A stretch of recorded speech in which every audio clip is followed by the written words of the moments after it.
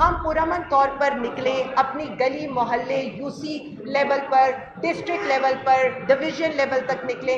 ہم کوئی ملیٹنٹس تو ہیں نہیں, لیکن آپ کیا کرنا چاہ رہے ہیں ایک اس جماعت کے ساتھ, ان کارکنوں کے ساتھ جو عمران خان کا ساتھ نہیں چھوڑے. اگر آپ کو یہ لگتا ہے کہ ہمارا جرم ہے تو ہم یہ کریں. احمد بھائی کو بولیں, ان کو بولیں, ہاں ان کو بولیں. احمد اپنا ہے آپ یار آپ پوچھ لیں کافی دیر جی.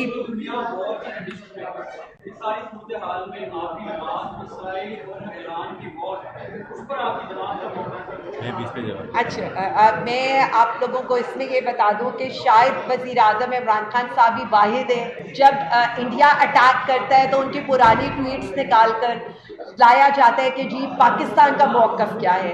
اس وقت بھی جب ایران اور اسرائیل کی وار ہو رہی ہے تو خان صاحب کی پرانی ٹویٹس, خان صاحب کا موقف ہی اس وقت سامنے آ رہا ہے. باقی جماعتیں تو آپ کے سامنے ہیں. انہوں نے تو چپ کا روزہ رکھا ہوتا ہے ہمیشہ کی طرح. وہ تب ٹوٹتا ہے جب انڈیا کا کوئی طیارہ گر جائے, وہ تب نہیں ٹوٹتا جب انڈیا جو ہے وہ پاکستان کے اوپر حملہ کر دے.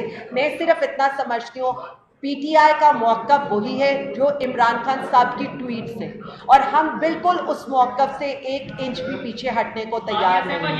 ایک سیکنڈ, میں اس پہ کلیئر کر دوں کہ انڈیا پاکستان وار کے اوپر بھی عمران خان صاحب کا واحد بیان تھا جس نے شاک ویوز کریٹ کی تھی پوری ورلڈ میں, اور اس کی 30 ملین ویوز سے خان صاحب کے صرف سوشل میڈیا پہ ایک ٹویٹ کے جو ری شیئر اور باقی جگہوں پہ 1 سیکنڈ پوسٹ ہوئی تھی.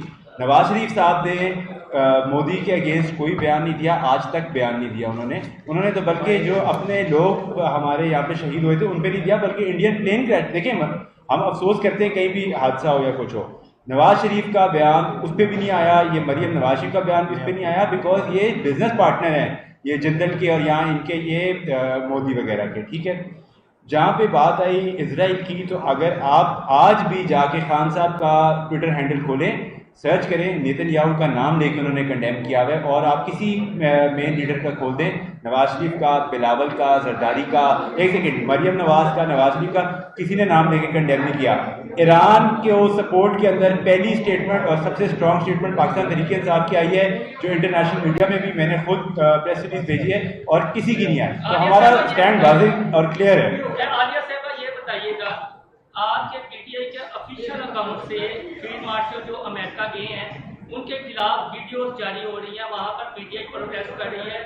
آپ چیف آرگنائزر پنجاب کیا اس پروٹیسٹ کو اون کرتی ہیں فیلڈ مارشل کے خلاف جو کوئی واشنگٹن میں ہو رہا ہے, یا ڈس اون کرتی ہیں, اور یہ کیا آپ کی پارٹی کی افیشیل حکمت عملی ہے ان کے خلاف ہے؟ میں آپ سے ایک سوال کرتی ہوں, ایک پروٹیسٹ اناؤنس ہوتا ہے, کہیں پر بھی اناؤنس ہوتا ہے, کتنے گھروں میں ریڈ ہوئے امریکہ میں, کتنے گھروں کی چادر اور چار دیواری کا تقدس پامال ہوا, کتنے کنٹینرز لگے کہ جی آپ یہاں نہیں پہنچ سکتے. یہی دو کیا, میں تو نظریوں کی بات کروں گی نا, یہاں پر ہمیں کال نہیں دیں گے اور اس کے بعد کیا ہوگا ہمارے حالات. تو آپ 2 ڈیموکریسیز کا مقابلہ کریں نا, آپ یہ دیکھیں, یہ مت دیکھیں کس کے خلاف ہوا ہے کس کے خلاف نہیں ہوا, پہلے آپ یہ تو کمپیریزن کر لیں. کیا ہم جو اپنے آپ کو جمہوریت کے چیمپئنز کہتے ہیں, کیا ہم جو اپنے آپ کو یہ کہتے ہیں کہ جی اس ملک میں تو کوئی ڈکلیئرڈ یا انڈکلیئرڈ مارشل لاء نہیں ہے, آمریت نہیں ہے, اس کے باوجود ہمیں تو کہیں نہیں, سوال میرا تو سوال ہی الگ ہے نا. نہیں 1 منٹ, کیا میرا آئین اور قانون مجھے رائٹ ٹو پروٹیسٹ نہیں دیتا, لیکن اس کے باوجود میرے ساتھ کیا ہوتا ہے, ان کا آئین اور قانون اجازت دیتے ہیں وہاں تو. آخری سوال. نہیں, اور اس کے علاوہ بھی ہم کمپیریزن کس کا کریں, آپ کو تو اپنے ملک اور دوسرے ملک کا کمپیریزن. ایک اور